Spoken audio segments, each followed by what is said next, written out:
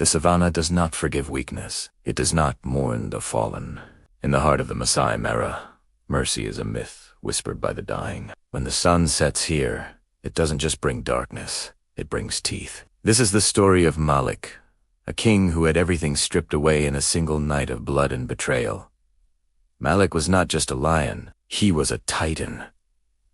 At 6 years old, he commanded the River Pride, a territory lushed with buffalo and safe from intruders. But power is a scent that travels on the wind, attracting those who have nothing. It happened under the cover of a moonless night. They came from the south, a coalition of 3 nomadic males known as the Black Manies. They didn't roar. They didn't announce their arrival. They simply crossed the river like ghosts. Malik fought. Oh, how he fought. The sound of tearing flesh and breaking bone echoed across the plains. He managed to crush the spine of one invader, but the numbers were against him. Teeth sank into his hind legs, claws shredded his ears, and the weight of 2 massive males pinned him to the dust. The pain was blinding, a white-hot sear that drowned out the cries of his cubs. He was thrown into the river, bleeding, defeated, and left for the crocodiles. The Black Manies roared in triumph, a sound that signaled the end of his bloodline. But the river did not claim him. Malik washed ashore, miles downstream, his body broken, his pride gone. He was no longer a king. He was a ghost. Chapter 2. The ghost in the long grass survival is a lonely business. For weeks, Malik was less than a lion. He was a scavenger, a shadow limping through the tall grass. His injuries festered in the heat. He couldn't hunt buffalo. He couldn't even chase down a warthog. He survived on the scraps left behind by hyenas, enduring their mocking cackles as they nipped at his heels. The shame burned hotter than his wounds. The dry season arrived, turning the green plains into a golden purgatory.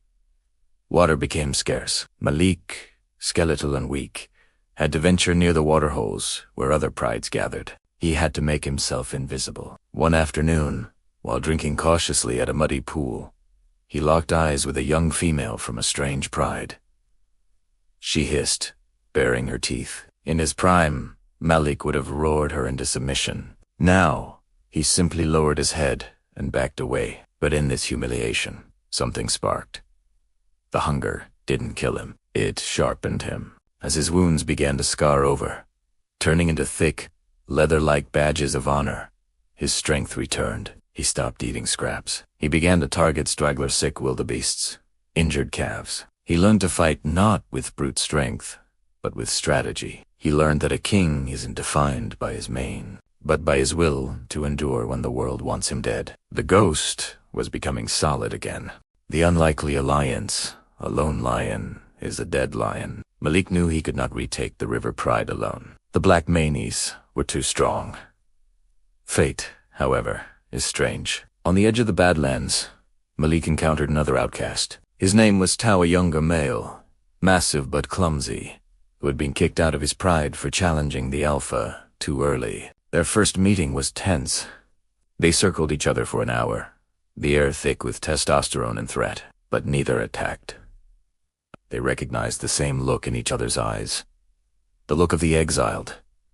They didn't touch noses in friendship. They simply walked side by side, an alliance of convenience. Over the next 6 months, they became a machine. Malik provided the experience and strategy. Tao provided the explosive power. They took down a giraffe together, a feat that requires perfect synchronization. They fought off a clan of 20 hyenas, standing back to back in a storm of snapping jaws. With every kill, their bond deepened. They weren't just survivors anymore. They were a coalition, the avenging duo. Malik looked north, toward the river. The wind carried the scent of his old home. It was time. It was time. Chapter 4.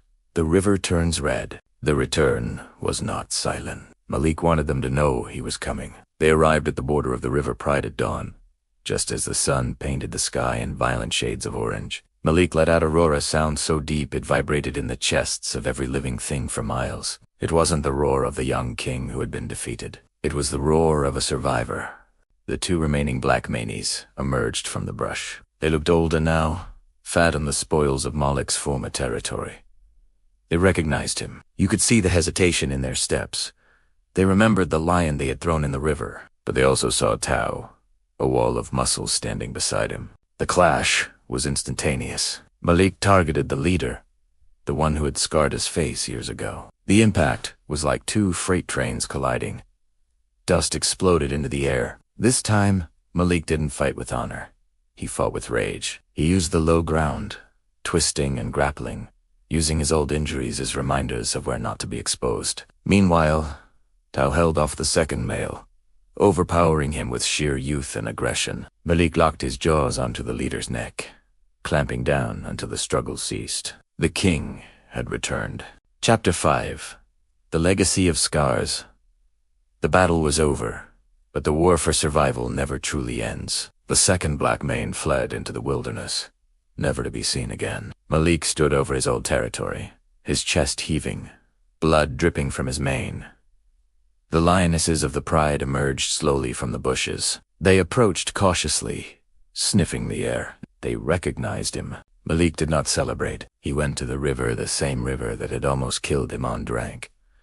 He was older now. His body was a map of violence, covered in scars, his ear torn, his walk slightly limp. But he was the king of the river pride once more. He ruled for another 4 years and eternity in the wild. He sired cubs who would carry his genetics, strong fighters who would one day rule prides of their own. When Malik finally passed away, it wasn't in battle. He died of old age, resting under the shade of an acacia tree, watching his kingdom. The hyenas didn't laugh this time. Even the scavengers respected the body of the lion who came back from the dead. In the end, the savanna took him back, not as a victim, but as a legend. And if you listen closely to the wind in the Masai Mara, they say you can still hear his roar.